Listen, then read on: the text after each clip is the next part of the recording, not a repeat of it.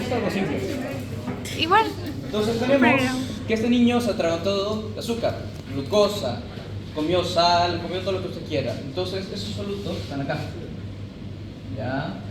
Entonces, pónganse que en su intestino, en la mucosa, hay, qué sé yo, 5 y aquí hay 20.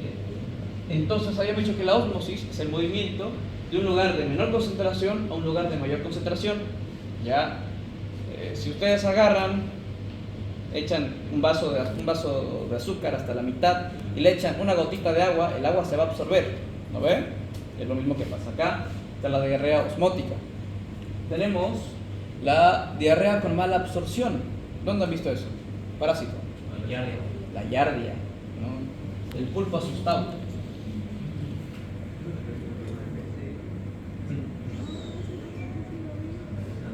Igualito. Esa es la giardia del hambre. ¿Qué es lo que tiene uno? ¿Ya? El pulpo asustado. ¿Ya? ¿Qué es lo que hace? ¿Qué es lo que pasa en la mala absorción? Como su nombre dice, hay una mala absorción. Aquí hay microvellosidades, ¿no ven?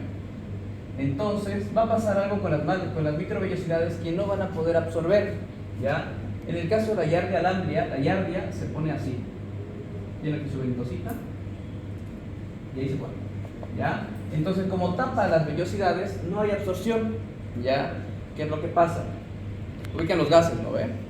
El gas es metano por descomposición de los alcoholes. ¿Ya? Entonces, aquí en la mala absorción, las proteínas no van a pasar a ser aminoácidos. Lo que es los hidratos de carbono no van a pasar a ser monosacáridos. No va a haber eso que les dije de grande a pequeño, no va a haber en la esteatorrea. Ya en la diarrea con mala absorción también se le llama esteatorrea. ¿Qué significa esteatorrea? Heces grasosas. Heces grasosas. Sucede por este mecanismo de acá, que lo grande no pasa a lo chiquito, ¿no? Porque hay una mala digestión, entre comillas. ¿Ya? Esta esteatorrea también se manifiesta como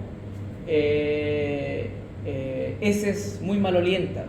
El paciente les va a decir a ustedes, y esto no es mentira, dicen esto de verdad, va a ir a ustedes, yo vi un caso de giardia del hambre en persona, y dice, les va a decir, doctor, fui al baño, parecía que comí burro. De verdad eso les va a decir, que olía fuerte, feo, ¿no? Entonces, aparte de producir unas heces grasosas, produce heces muy malolientes, ya la esteatorrea. Por último tenemos la diarrea exudativa. ¿Qué era exudado? Pato, pus. Más específicamente, pato. Ya dieron parcial de eso. ¿No dieron parcial de pato? Ya, pero deberían saber, ¿qué es exudado? Células, proteínas y líquido. ¿Ya? La diarrea exudativa también se le llama disentería. ¿Ya? La disentería es heces con moco, pus y sangre. ¿Pero por qué sucede eso? Tenemos aquí la mucosa y este microorganismo se va a adherir a ella y la va a invadir. ¿Ya? ¿Qué va a pasar? Mecanismo de defensa, van a ir los leucocitos, la cascada de la inflamación y se van a liberar aquí a la luz células. ¿No? Cuando ustedes hacen una herida, antes de que se haga costra, ustedes la tocan y está pegajosa, ¿no ve? Es lo mismo que pasa acá.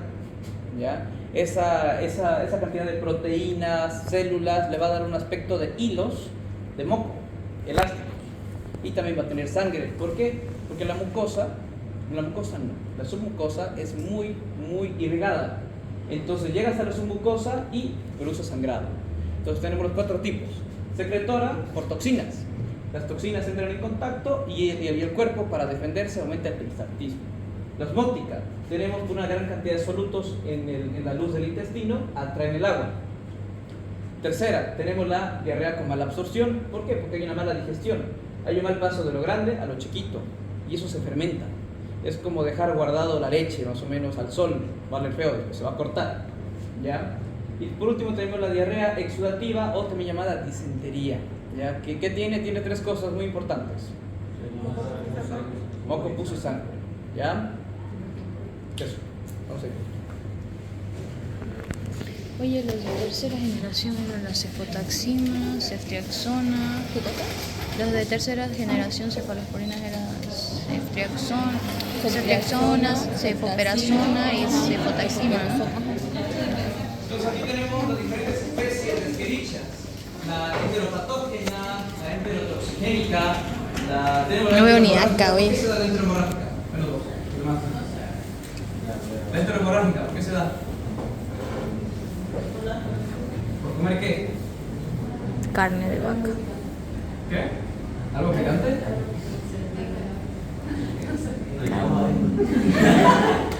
¿Por qué se da? Huevo con papa. No. Se da por comer carne de vaca. Carne de vaca contaminada por pescado. ¿Ya? Y es que dice con la interinvasiva, ¿qué produce? Enteroinvasiva, disentería. Todo lo que invada la submucosa produce mucosa. Tenemos la Escherichia coli enteronegativa. También dice que produce la diarrea de leche. Entonces tenemos la flora. Bacilos gram negativos. ¿Cuáles son los bacilos gram negativos flora? Escherichia coli. Escherichia coli, Klebsiella, Citrobacter, tenemos el Proteus. ¿Sabían que el Proteus, ¿saben qué produce el Proteus? Es un pez. No. ¿Alguien sabe? No, Proteus. el diente bacterio. No pasa nada, yo lo sé. El Proteus produce infecciones del tracto urinario. Pero aparte de producir eso, ¿saben que el Proteus ¿sabían que el Proteus también produce cálculos renales? También produce. ¿Saben por qué? No, porque alcaliniza la orina. Es uno de los bacterias que alcaliniza la orina. ¿Y qué pasa? Bueno, eso lo van a ver el año en farmacología, ¿de acuerdo? ¿Ya? Entonces, bacilos gram negativos, Escherichia, Klebsiella, tenemos la Klebsiella pneumoniae, la Klebsiella oxytocans, la Klebsiella rhinoscleromatis, tenemos las enterobacterias. No.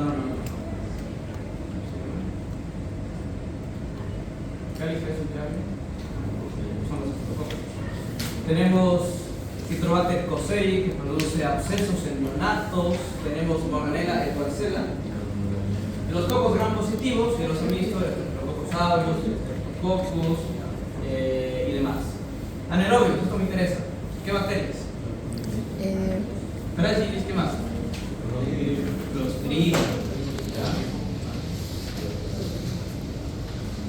Me cago, me olvidé. Entonces, aquí tenemos, esto es lo que ustedes van a ver y esto es lo que ustedes tienen que hacer diagnóstico diferencial. Bacterias, virus y parásitos son los tres principales causadores de diarreas. ¿Ya? De las bacterias tenemos Escherichia, Shigella, Salmonella, Yersinia, incluso pueden ser cualquier estafilococos y demás. Los virus, ¿ustedes tienen alguna manera de detectar virus?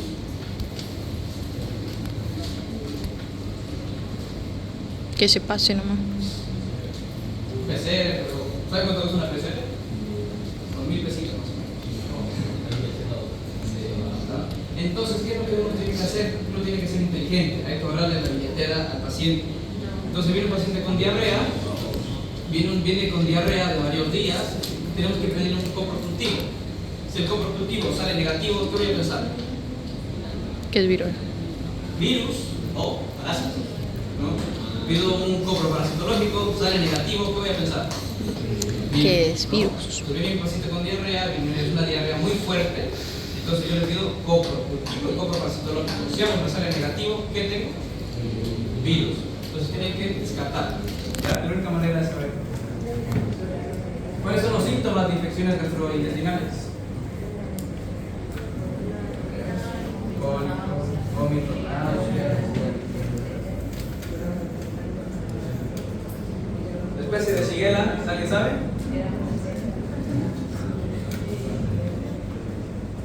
Especie de Shigella. Shigella Kirchneri, Shigella sonei, Shigella boydii, Shigella dysenteriae. Entonces aquí, este cuadrito bien bonito, y hasta el día de hoy me sigue sirviendo. No se lee, pero arriba dice gastritis crónica. ¿Ya? ¿Cuál creen que va a ser la manifestación de la gastritis crónica? Dolor abdominal, ¿pero en qué zona? O celíaca, ¿en qué zona? Epigastrio. Hipogastrio y epigastrio. ¿Qué hipogastrio? No. Epigastrio. Izquierdo. Entonces está en epigastrio y hipocondrio. ¿Ya? Se va a quejar de dolor. Doctor, siento una acidez. Cuando tomo mi café con pan me arde. Cuando tomo mi café con pan. Y es verdad. Causa. ¿No? Entonces la gastritis crónica se puede asociar a esta bacteria, Helicobacter pylori. Ahora escuchen esto. Cuando viene un paciente con gastritis, ustedes sospechan de dos cosas: o alguna patología del estómago o Helicobacter pylori. Entonces tienen que pedir pruebas, una aspiración de jugo gástrico y mandarlo a cultivo. ¿Ya? Entonces, si descartan el Helicobacter pylori, significa que o es un problema del estómago propio, es un problema del esófago o es autoinmune. ¿Ya? Sí. ¿Saben por qué les da causa de gastritis? No. ¿Por qué? Sí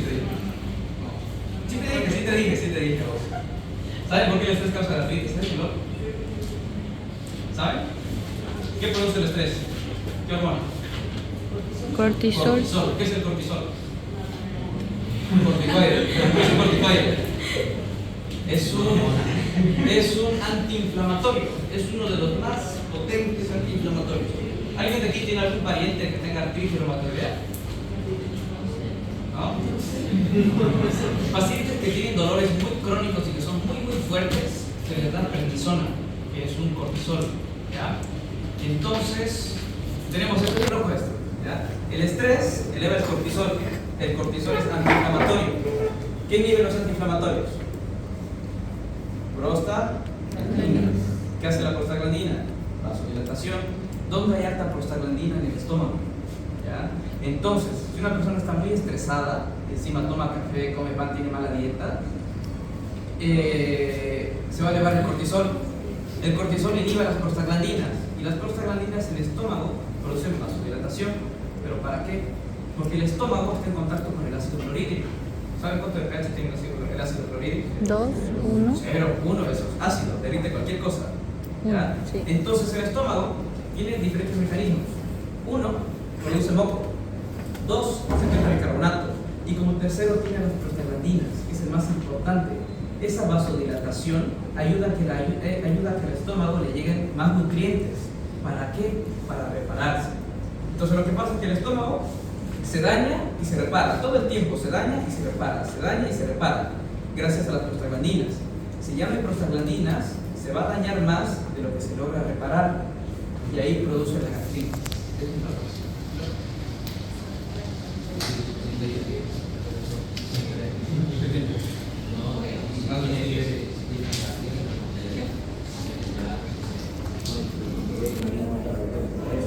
Si su paciente tiene diabetes y le dan un glucocorticoide, el glucocorticoide le eleva la glucosa. ¿Sí? Entonces, en farmacología van a entender que nada es absoluto, todo es relativo. ¿Ya?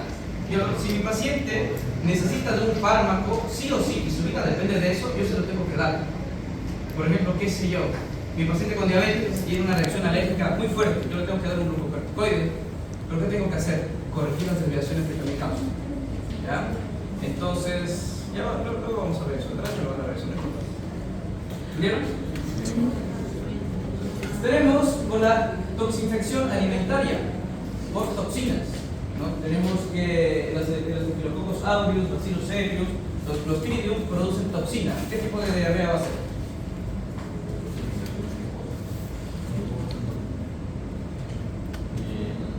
¿Qué tipo de diarrea? Secretoria. ¿Ya? Tenemos la diarrea infecciosa aguda, que puede ser de dos: secretora o puede ser disentería. Tenemos Escherichia coli enterotoxigénica, enteropatógena, Vibrio cholerae, Giardia lamblia. Aquí la Giardia lamblia está medio colada. ¿Ya? Pero esto no me interesa, la disentería. Esto casi siempre pregunta a la doctora: ¿qué va a tener con disentería? Va a poner una de las siguientes: no produce disentería, tienen que saber cuál se produce. ¿Ya? Campylobacter jejuni, salmonella. La shigella, ¿qué tipo de diarrea produce? Tiene un nombre bien especial: disentería basilar. ¿Por qué se caracteriza?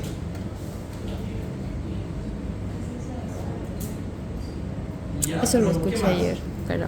La siguiente disentería es, el primer día produce una diarrea acuosa y el segundo día recién produce disentería. Va a llegar la guagua, o sea, la mamá con la guagua le va a decir, no, que estaba haciendo diarrea normal, pero de la nada se volvió medio rojo, medio mucoso. Sospechan de disentería vacilar. ¿Ya? Aquí tenemos la fiebre tifoidea, que produce la salmonela tifi, la paratifia y paratifia B. La diarrea crónica, ¿en quiénes voy a ver diarrea crónica? Esto es en los pacientes que tienen SIDA, pacientes PBBS, pacientes que viven con el virus de VIH-Sida. ¿Ya? Hay algo, estos dos son característicos. ¿Ya? El Cryptosporidium falcum es uno de los principales productores de diarreas crónicas en pacientes con SIDA. Igual también tenemos a la Isospora beli, ¿ya? Que es de la familia de los microsporidios. Y por último tenemos la hepatitis. La hepatitis es inflamación del hígado. El hígado que secreta al duodeno. Bilis. La bilis tiene bilirrubina. Es un pigmento medio verdoso. ¿Ya? Cuando el hígado no es capaz de excretar la bilis al duodeno, esa bilis entra a la circulación en exceso y produce la coloración amarillenta de piel y mucosas. ¿Ya? Tericia Pot. Entonces ustedes tienen que aplicar la semiología. ¿Ya? Viene su paciente con diarrea, tiene que preguntar ¿hace cuánto tiene la diarrea? ¿Cuándo empezó? ¿Cómo empezó? ¿Qué, cómo, cuándo, dónde y por qué? ¿Ya? El paciente le va a decir, me fui de viaje a Haití, me fui de viaje, qué sé yo, a India. A India, pues en India se muere uno. Y hay harta cólera. Hay harta cólera. ¿No? Entonces, ¿desde cuándo empezó? Si son horas o días. ¿Ver? Entonces, ustedes tienen que preguntarle ¿y cómo fueron las heces? Él va a decir, fueron acuosas, fueron con sangre y demás. Luego les la historia. ¿Y cómo son las deposiciones? Pueden ser acuosas, disentéricas, pueden ser malolientes y gordurosas. Y más que nada, si se iniciaron tras una comida. Pero aquí preguntar esto nos ayuda a orientarnos, pero no nos da un diagnóstico. ¿Ya? Porque puede ser, uno al día come 1000 cosas. De esas 1000 cosas, alguna le puede producir diarrea. ¿Y por qué no pagaron? Pero sí es importante en ciertos casos. Por ejemplo, si ha consumido productos de granja, puede ser salmonela. ¿Ya? Si ha comido en un área marítima, puede ser Vibrio cholerae. Si comió, qué sé yo, más que nada las verduras crudas producen shigellosis, eso es verdad. Las verduras crudas, mal lavadas, producen shigellosis. ¿Ya? Y esto de aquí también es importante para saber si sus familiares están enfermados. Incluso se ha detectado VIH por esto, por diarreas. ¿Cómo creen? Porque si a vos estás con diarrea harto tiempo y te hacen un cultivo y sale Cryptosporidium falcum, hay un casi 99% de probabilidades de que tengas VIH. ¿Ya? Entonces también sirve para diagnosticar una VIH. ¿Estamos bien? ¿Alguien quiere algo? De su libro, por ejemplo.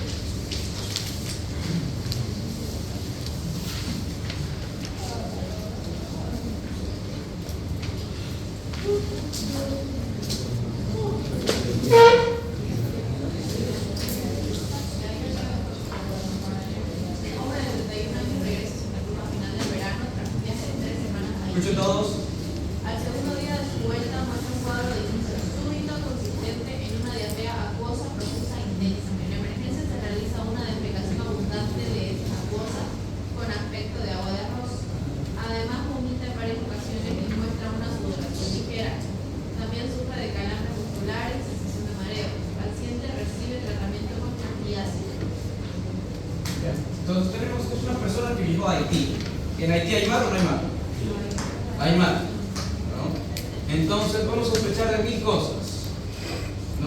Vamos a sospechar que fue la Escherichia coli enterotoxigénica, porque él viajó a ese lugar. Vamos a sospechar como tiene mar, que comió mariscos y comió Vibrio cholerae. Entonces tenemos que ver el tipo de diarrea que tiene. Usted dice diarrea con aspecto de agua de arroz. Pero en la vida real el paciente no te va a decir, es como agua de arroz, doctor. No, eso universidad, pero que en otros lados no. Te va a decir una diarrea muy profusa, que huele a pescado, te va a decir. ¿Ya? Tenemos aquí algo importante que quiero que ustedes sepan. Cuando tratar a un paciente no es solo tratar a la infección, sino también parte de los síntomas. En infección del tracto urinario, matamos a la bacteria, pero también tenemos que aliviar al paciente. ¿Se acuerdan que les dije? Tratamiento sintomático, ¿no? ¿Cuáles son los síntomas de infección del tracto urinario? Disuria, colaquiuria. ¿Cuáles son ustedes? ¿Qué es disuria? Dolor al orinar. Entonces, a ese paciente le tenemos que dar un fármaco para que alivie su dolor al orinar. Tenemos colaquiuria. ¿Alguien de aquí ha tenido infección del tracto urinario alguna vez? Es feo, ¿no? Es horrible, es una mierda, es horrible. Te arde, ¿no? Entonces da ganas de orinar a todo el rato. Entonces se le da otro fármaco para eso. Aquí hay algo diferente. Vean esto. Dice calambres musculares y sensación de mareo. Uno, al evacuar todo, pierde muchos electrolitos. Pierde sodio, potasio, pierde bicarbonato. En bioquímica van a ver alcalosis y acidosis, ¿no? Entonces, como médicos, no solamente tenemos que tratar a la diarrea. Como médicos no solo tenemos que tratar la diarrea, sino las desviaciones de los electrolitos. ¿Ya? Datos clínicos, paciente que viajó a Haití, datos epidemiológicos, en Haití hay mariscos, si hay mariscos hay cobre. ¿Ya? Diagnóstico diferencial, aquí podemos poner 1000 microorganismos. Puede ser Escherichia coli enterotoxigénica, puede ser un Vibrio cholerae, puede ser cualquier cosa.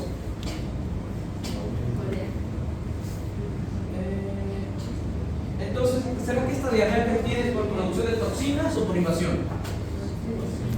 Toxinas, ¿no? Porque no es disentérica. Entonces aquí, esto es algo importante. No tengo mucho de estos estudios, pero la muestra, ¿qué va a hacer? ¿Es fecal?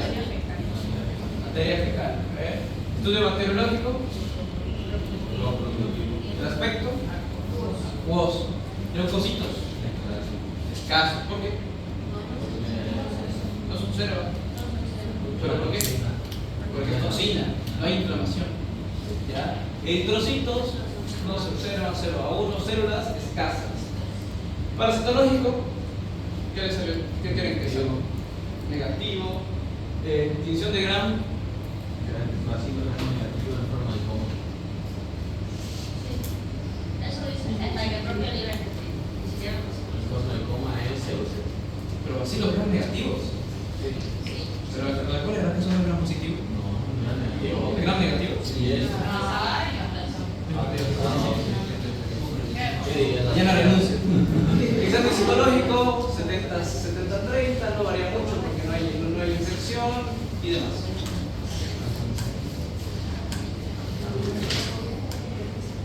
Ustedes a su paciente tienen que decirle que tiene que llevar una muestra, ¿ya? Una muestra pequeña, ¿ya? Porque han visto que se hace el coprocultivo seriado. No sé si han visto el parásito. ¿Sí, no? ¿Sí? Ya. ¿El coprocultivo seriado cómo es? O coproparasitológico seriado. De 3 días de diferencia. Ustedes tienen que ser muy claros con eso. ¿Ya? ¿Por qué? Porque ha habido un caso de que le han dicho a un menonita, le dijeron que tiene que llevar la muestra de 3 días. Y el menonita se apareció en el consultorio con un barril. Y eran las heces de 3 días. ¿No? Entonces ustedes tienen que ser específicos. Ay, no, qué asco. ¿Qué pasa? Que le dijeron que tenía que ser un coproparasitológico seriado para ver la mueva histolítica. Y la cosa está en que le dijeron tienen que llevar la muestra de 3 días, ¿no? Pero le especificaron una muestrita chiquita hoy, otra muestra chiquita mañana y otra muestra chiquita pasado mañana. Llegó con su turril. Era la muestra de 3 días, pero literal. Así que tienen que ser específicos con eso, ¿ya? E igual de eso depende que la muestra salga bien. La muestra tiene que ser sacada ese mismo día, de preferencia, ¿ya? Dice que lo puede uno poner al congelador y llevarlo, pero no es tan factible. porque los microorganismos se mueren y si el técnico si el bioquímico no es muy bueno, no va a lograr verlo. Entonces la muestra tiene que ser preferentemente de ese día. Ya, y tiene que ser poquito.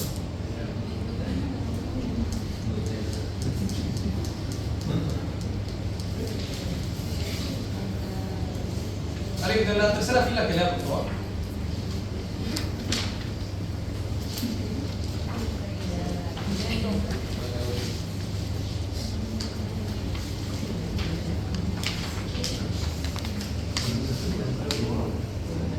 Un hombre de 35 acude al médico de familia debido a que sufre desde hace varias semanas un cuadro de diarrea acuosa. También presenta fiebre, náuseas y anorexia. Durante las 2 últimas semanas, la diarrea ha empeorado considerablemente y el paciente ha desarrollado fatiga y debilidad. Ha perdido 9 kilogramos. El paciente lleva varios meses sin tomar el tratamiento antirretroviral debido a intolerancia.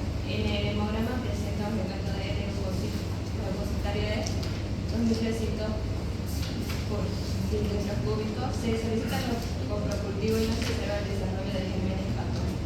Gracias. Entonces vamos a analizar, tengan todo, teléfono, por favor. Paciente VIH positivo. Tenemos que cualquier cosa le causa diarrea. ¿Qué respira? Diarrea. ¿De verdad? Sí. Todo le causa diarrea. ¿Ya? En el VIH está disminuido. ¿Qué le pusimos? Eso, entonces se le falta, ¿no? Entonces, dice que llega porque presenta fiebre, náuseas, anorexia, pérdida de peso y una diarrea que tiene un crónico, ¿ya? Generalmente, y que ha perdido peso. Este paciente no toma sus antirretrovirales, pero no siempre es porque no quiera, sino porque son unos 6-7 medicamentos que tiene que tomar. Y tomar tantos medicamentos tiene muchos efectos secundarios. El paciente tiene náuseas todo el día, tiene mal sabor de boca, tiene disgeusia, ¿saben lo que es la disgeusia? No. Obvio, disgeusia. Es la pérdida del sabor. Anosmia. Ageusia. Anosmia. La pérdida del olfato. Gracias. Entonces, le hacen un hemograma. ¿Cuántos son los leucocitos normales? Eso, 5.000 a 10.000. Este chango de acá tiene 2.000. Tiene 2.000 leucocitos. Es bajísimo. Vos le respirás y le das una neumonía. ¿Ya? De verdad. De verdad. Entonces, vean esto. Se solicita coprocultivo y sale negativo. ¿Qué sospecho? O un virus. Diagnóstico diferencial. Y después de bacterias, ¿qué me queda? Parásitos o virus. ¿Ya? Entonces, datos clínicos, paciente PPB, datos clínicos, presenta fiebre, fatiga, anorexia. ¿Qué es anorexia? Náuseas, fiebre, datos epidemiológicos, paciente PPB, no son antirretrovirales, leucocitos con campo, coprocultivo, no se observa nada, hemograma 300 y tipo de diarrea, ¿será que es aguda o crónica? Crónica. ¿Quiénes de aquí están con el doctor Saavedra? Bien. ¿Doctor qué? ¿Ya avanzaron parásitos o siguen el mico? No, pero mico. Entonces vamos a dar el examen. Yeah. Entonces, el doctor les va a enseñar algo muy interesante y muy bonito, que yo no sabía. Que en pacientes PPBS uno tiene que seleccionar de todas las opciones del coprocultivo. Tiene que ver coprocultivo, coproparasitológico, y tiene que pedir esto. Una prueba de función de Ciel-Nielsen modificada, la prueba de Quinón. ¿Ya? ¿Para qué? Para observar al Microsporidium pallidum y al Isophora baby. Son dos parásitos que producen diarrea en pacientes PPBS. ¿Ya? Estos parásitos no se observan con GRAM ni con técnicas de cultivo parasitológico, pero sí se observan con función de Ciel-Nielsen modificada. ¿Ya? Pero de Quinón. Aquí lo que van a observar son ovocitos y oquistes. No les voy a explicar eso porque no han avanzado todavía. Y bacterias. ¿Ya? Diagnóstico final del cuadro. ¿Qué es el diagnóstico final? Esto lo debo preguntar. Infección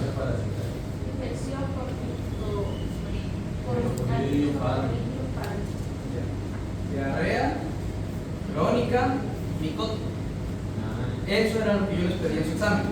Ya, atiendan. Luego no quiero quejas, el siguiente no voy a hacer su más. Diarrea crónica micótica. Neumonía aguda de la comunidad. Cuchichi nosocomial agudo. Ya. Ya no se puede. Entonces tiene que poner diarrea crónica micótica, diarrea crónica bacteriana, diarrea crónica viral. ¿Ya?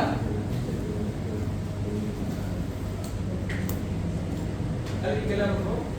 De la segunda fila.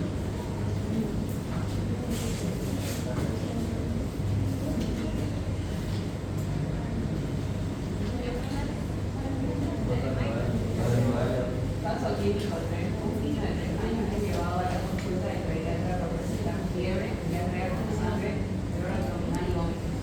La madre requiere que el niño en estado irritable y con poco apetito. En la exploración física se observa la hidratación leve, distensión abdominal, síntomas de malestar general. El niño no tiene antecedentes de enfermedades crónicas. ¿Qué creen que es?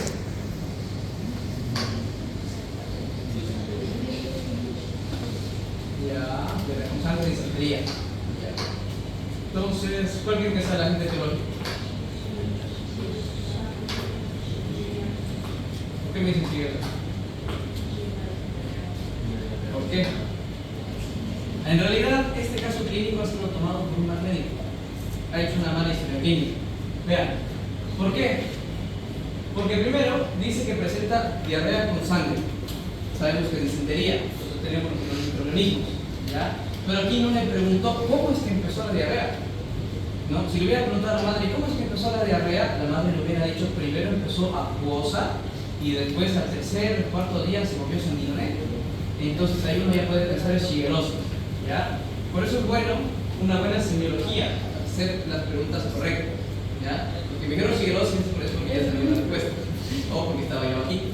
Pero ya en este caso clínico estaba tomado. ¿Ya? Entonces, tiene fiebre, diarrea con sangre, dolor abdominal y vómitos.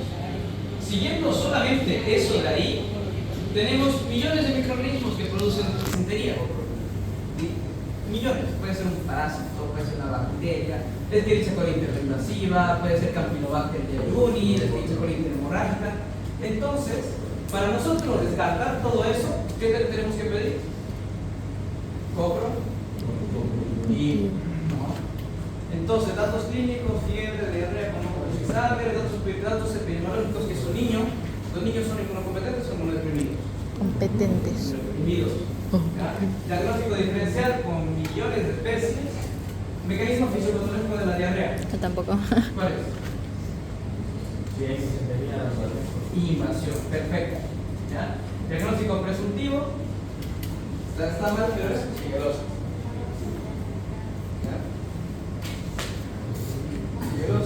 ¿Cuál de estos síntomas es característico de la shigelosis? Ya, disentería, pero ¿cuándo? Eso, diarrea al segundo día. ¿No? ¿Cuál es el agente causal cuál es el agente más común de shigelosis en niños? Shigella sonei, Shigella teneris, Shigella bovis, Shigella disentería. ¿Cuál es la fuente de infección? Eso es importante para los exámenes con la doctora. ¿Cuál es la fuente de infección? Heces contaminadas o heces de personas contaminadas o infectadas. Heces de personas infectadas. Eso quiere la doctora en su examen. Heces de personas infectadas. Porque puede haber heces de personas en la comida, no pasa nada. Pero heces de personas infectadas causan enfermedad. ¿No? En una neumonía, ¿cuál es la fuente de infección? Las infecciones respiratorias de una persona enferma o infectada. Tienen que poner todo eso en su examen, si no, no se los hace valer. ¿Ya? El examen que les hice es el examen que van a tener a fin de año, algo parecido. Si ustedes le pelan, una pregunta no vale todo. ¿Ya? Son 15 preguntas, 3 casos clínicos. Le pelan en una, todo ese caso clínico ya no vale. Como el que les hice. ¿Ya?